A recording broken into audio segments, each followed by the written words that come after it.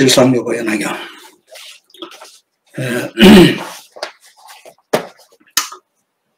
이 묘구 연화경은 우리가 바른 이해가 없으면 일반 다른 경전들과 똑같다고 생각을 할 수가 있습니다. 그것은 부처님께서 지금 방편품에서 바로 설하시고 계십니다마는 지난 회에서 열애수양품 제16의 그 가르침에 대해서 잠깐 언급을 했습니다마는 이 묘법연화경은 하나밖에 없는 진실한 법이라는 것입니다.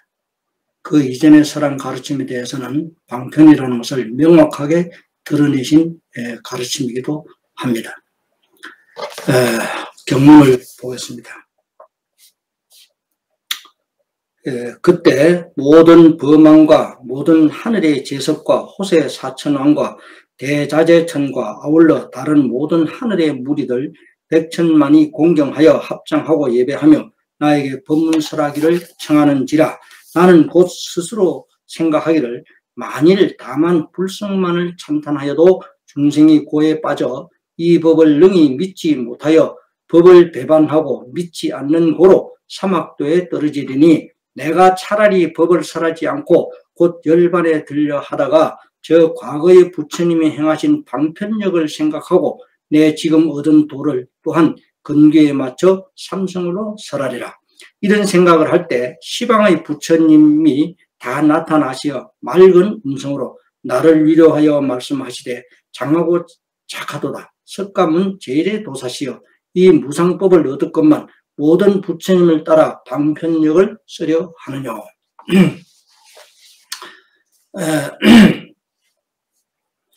미안합니다. 범왕은 천상계에 사는 신이고요. 제석천은 천상계의 그 신 중에서 인간과 가장 밀접한 신이라고 합니다. 그것은 제석천이 인간은 세상을 지배하고 있기 때문이기도 합니다. 호세 사천왕이라는 분들은 동서남북을 담당하는 신들입니다. 동쪽을 담당하는 신은 지국천왕이고 서쪽은 광목천왕, 남쪽은 정장천왕, 북쪽은 다문천왕, 이들이 각각 담당하고 있다고 합니다. 이렇게 부처님의 가르침은 인간에게만 국한하고 있는 것이 아니라 모든 우주에 존재하고 있는 모든 생명체들은 다 구원받아야 한다고 하신 것입니다. 하늘의 모든 왕들도 부처님께 법을 설해 주실 것을 요청하는데 부처님께서는 중생들의 근기가 하열하기 때문에 법을 설하시고자 하실 때 참 고민을 많이 하셨구나 하는 것을 엿볼 수가 있는 구절이었습니다. 중생들은 부처님의 마음을 조금도 모릅니다. 그렇기 때문에 당장 눈앞에 처해져 있는 고통만을 생각하고 아무리 좋은 가르침을 설한다 해도 부처님의 가르침을 믿지 않는다 하는 것인데 부처님의 가르침을 믿지 않는다는 것은 더 큰 죄업이 된다 하는 것을 모르기 때문입니다. 왜 그런가 하면 내가 믿지 않으면 남의 일에 간섭을 하게 되죠. 괜히 시기 질투로 인해서 그런 거 믿지 말라고 하면서 다른 사람에게 그런 것을 믿는가 또는 그런 데 깊이 빠지면 안 된다 하면서 방해를 하게 됩니다. 특히 묘법연화경의 그 제목을 부른다거나 하는 것은 옳지 않고 묘법연화경과 열반경이라는 경전은 문자에 지나지 않는다라고 한다든지 이렇게 망언으로서 방해를 하게 되는데 이것은 자기 한 사람만 믿지 않는 것이 아니라 믿으려고 하는 사람까지도 마음의 혼란을 조성시키는 그런 것이 되기 때문에 이것은 불법의 원적이 된다고 하셨습니다. 이 불법의 원적이라고 하는 것은 불법을 무너뜨린다, 즉 허물어뜨리는 것이 됩니다. 법을 허물어뜨리는 자는 어디에 빠지느냐? 사막도에 빠진다고 그랬어요. 사막도는 무엇이냐? 지옥의 축생의 고를 수없이 받는다고 하셨습니다. 이 고통에 떨어진다라고 하셨어요. 그래서 부처님께서는 차라리 이 묘법 연화경을 설하지 않으시고 열반에 드시려고 하시다가 과거에 부처님이 행하신 대로 중생들의 근기에 맞춰가지고 삼성법, 즉 성문법, 연각법, 보살법을 설하신 것이라고 하신 겁니다.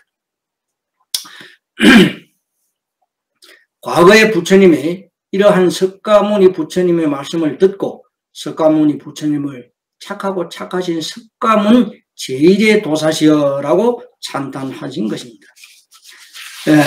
그것은 이 무상법을 얻었건만은 모든 부처님을 따라서 방편력으로서 즉 성문 영각 보살법을 설해서 이제 이 중국에는 이 묘법 연화경을 설하고자 하느냐 하는 이런 것을 찬탄하신 것입니다.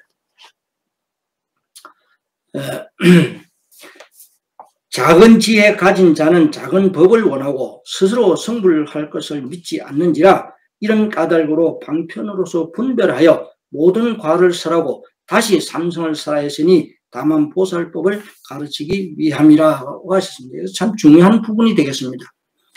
작은 법이라고 하는 것은 성문법과 영각법을 말하는 것이죠. 이 성문과 영각들은 스스로 자기 상에 빠져가지고 성불하는 것을 믿지 않고 있었기 때문에 부처님께서 방편으로서 설하셨다고 하신 것입니다. 다만 보살을 가르치기 위함이라. 부처님께서 성문영각인 수행자들에게 방편에 따른 과의를 정득하게 하시는 것인데 낮은 가르침에서부터 점차로 높은 가르침으로 끌어들이고자 하시는 마음으로 설하시는 것을 보살을 가르치기 위한 것이라고 하신 것입니다.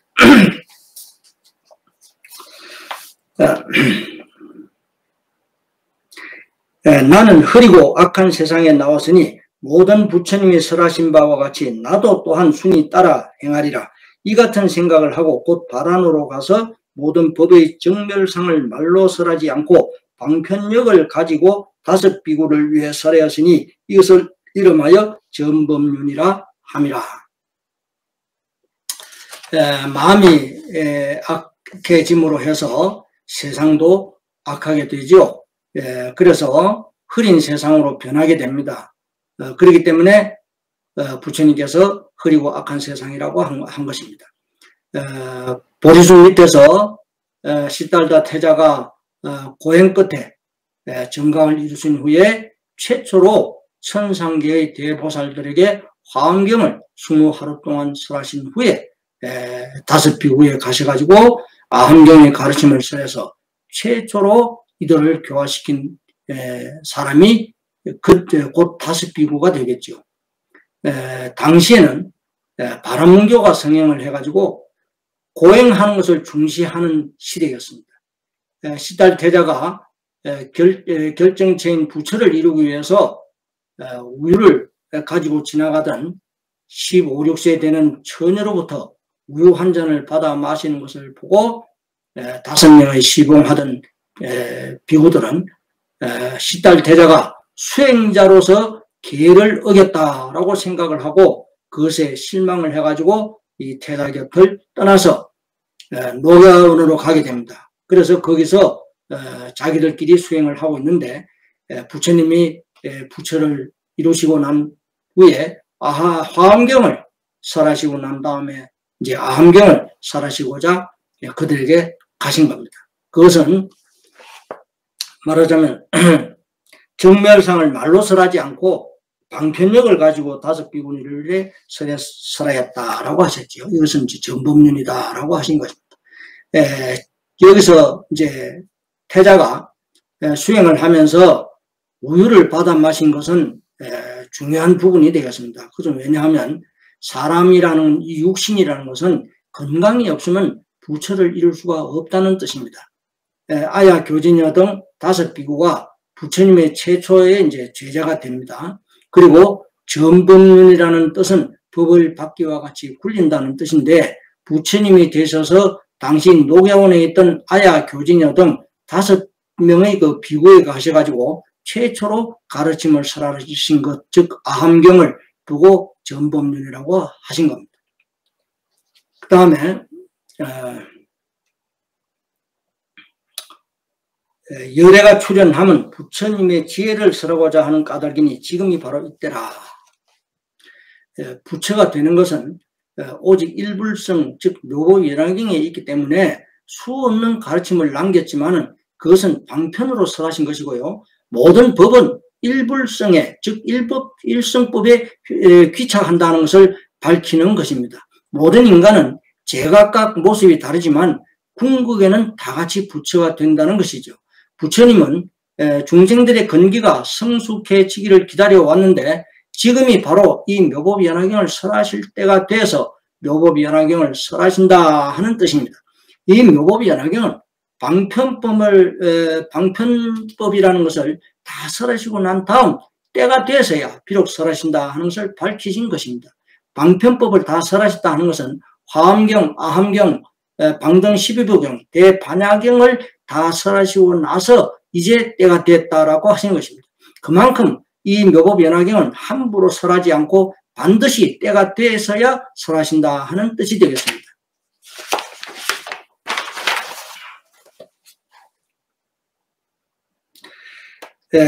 속 세상에 출연하셨을지라도 이 법을 설하기가 어려우며 한량 없고 수 없는 겁에 이 법을 듣기도 또한 어려우며 능히 이 법을 듣고자 하는 사람도 있기 어려움이라. 여기까지는 진실의 문을 나타낸 것인데 부처님이 세상에 출연하셔도 하나밖에 없는 일성법인 묘법연화경을 설하기가 어렵다. 그리고 설하는 사람도 적고 세세생생 이 법을 듣기도 어렵고 듣고자 하는 사람도 심히 적다는 것입니다. 그만큼 묘법연화경을 받아서 믿기가 어렵다는 뜻이 되겠습니다. 능히 이 법을 듣고자 하는 사람도 있기 어렵다. 실로 적다는 것입니다. 그래서 그 다른 경에 보면 정법을 설하는 자는 만나기도 어렵고 아주 적다고 하시고 이 법을 듣는 자 또한 적다고 말씀을 하신 가르침이 또 있습니다.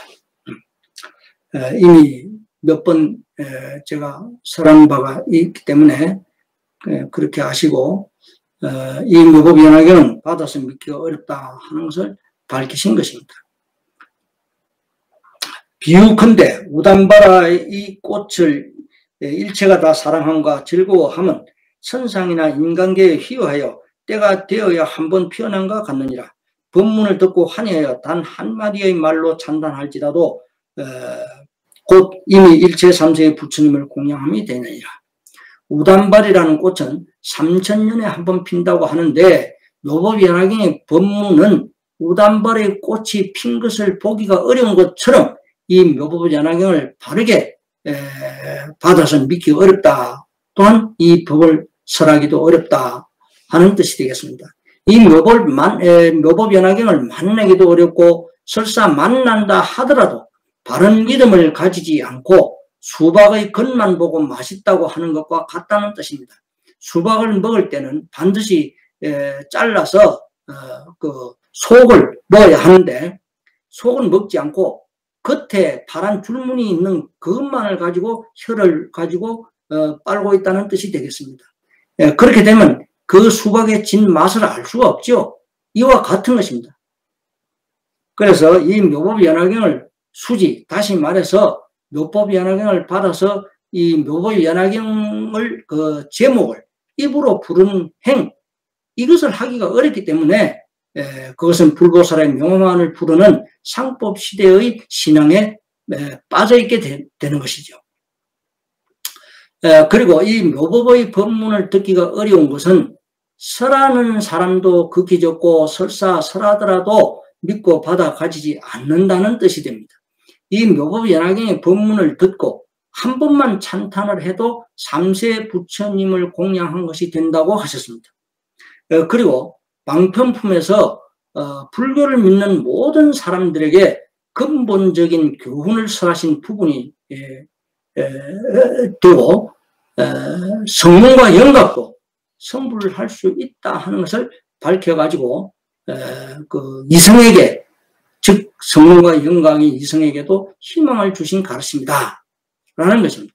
이 방편품은 모든 중생들이 부처를 밖에서만 구하려고 하는데 내 자신이 부처임을 깨닫게 해주시고 역급의 수행을 거치지 않고서도 일불성인 묘법연화경에 들어오면 누구나 다 성불을 할 수 있다는 가르침을 주신 것으로서 부처님께서 이 세상에 출현하신 근본 목적은 오직 이 묘법연화경을 설해서 일체 중생을 성불시키고자 하는 일대사 인연으로 인해서 나오신 것임을 밝혀주신 것입니다.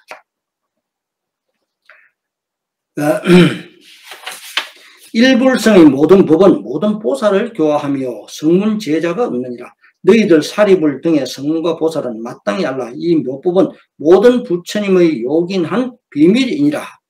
오탁악세에는 다만 착심으로 모든 욕망을 즐기므로 이 같은 중생들은 끝내 불도를 구하지 못함이라. 이 묘법연화경이 즉 말하자면 부처님의 요긴한 비밀이다라고 말씀하셨습니다.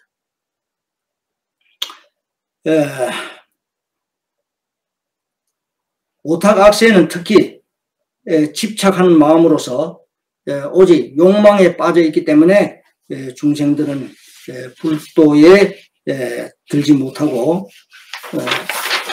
생을 마감한다라고 하신 것입니다. 묘법연화경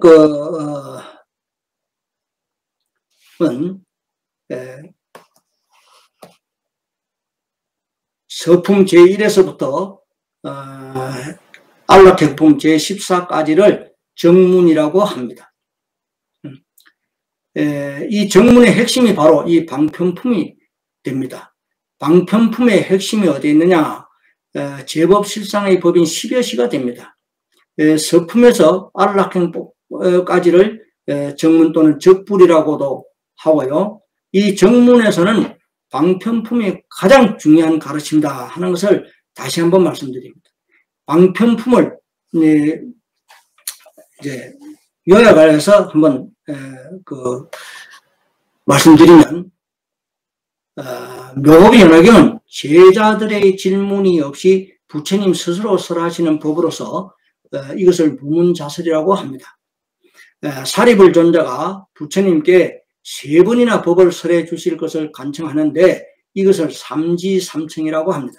설법을 듣고자 모여있는 대중을 대신해서 사리불 존자가 부처님께 3번이나 간곡하게 법을 청하지만 대중 중에서 부처님을 의심하는 성문들인 5,000명의 비구, 비구니, 우바세, 우바이들이 있기 때문에 그들이 물러나기를 기다렸다가 비로소 설하시게 되는데 5,000명의 비구, 비구니 남자, 여자들은 죄의 뿌리가 깊어서 완전한 열반을 모르고 더 이상 부처님으로부터 배울 것이 없다고 생각하면서 자기 스스로를 가장 높다고 생각하고 이 법석에서 일어나 물러나게 됩니다.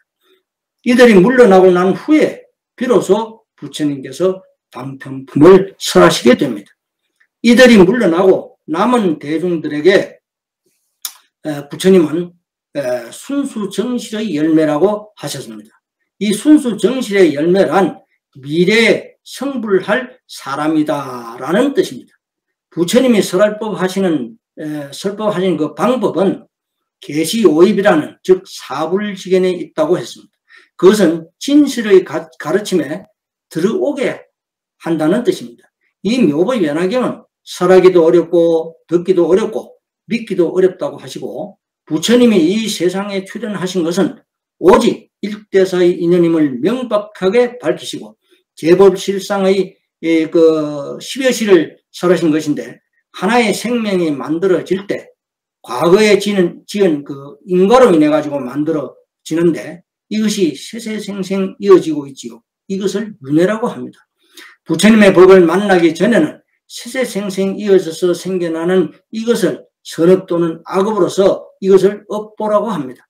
특히 이 묘법연화경은 아무 데서나 망령되게 설하지 말고 다른 경전과 서적을 보는 사람에게도 설하지 말라고 하셨습니다. 그것은 다른 경전이나 서적들을 보게 되면 잘못된 견해가 생겨서 이 묘법연화경을 받아 가지지 않고 믿지 않기 때문이라고 하신 것입니다.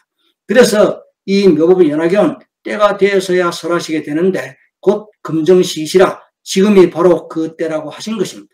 그리고 이 묘법연화경을 설하심으로 해서 부처님 스스로 금자이만족이라 이제사 만족한다라고 하신 것입니다.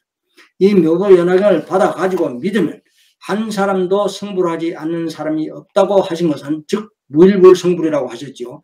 이 묘법연화경이 바로 불교로서 신앙의 대상임을 명백하게 밝혀주신 것이기도 합니다.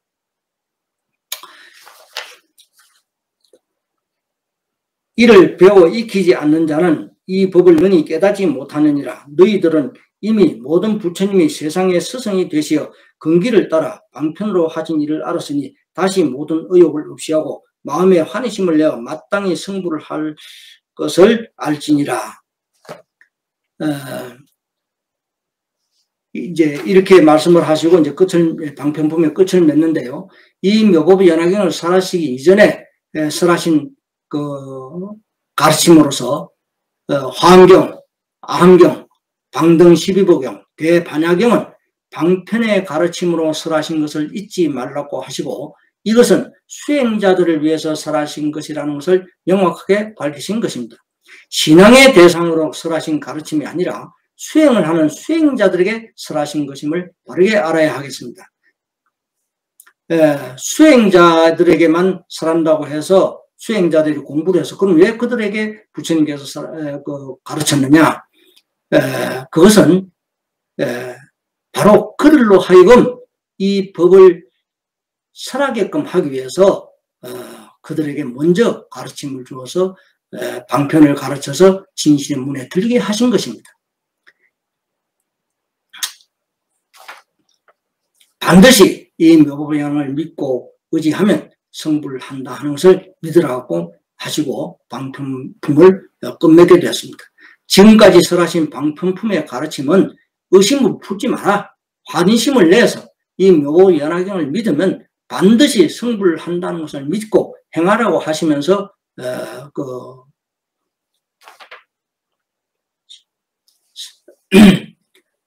마치게 됩니다. 감사합니다. 실상무관하게.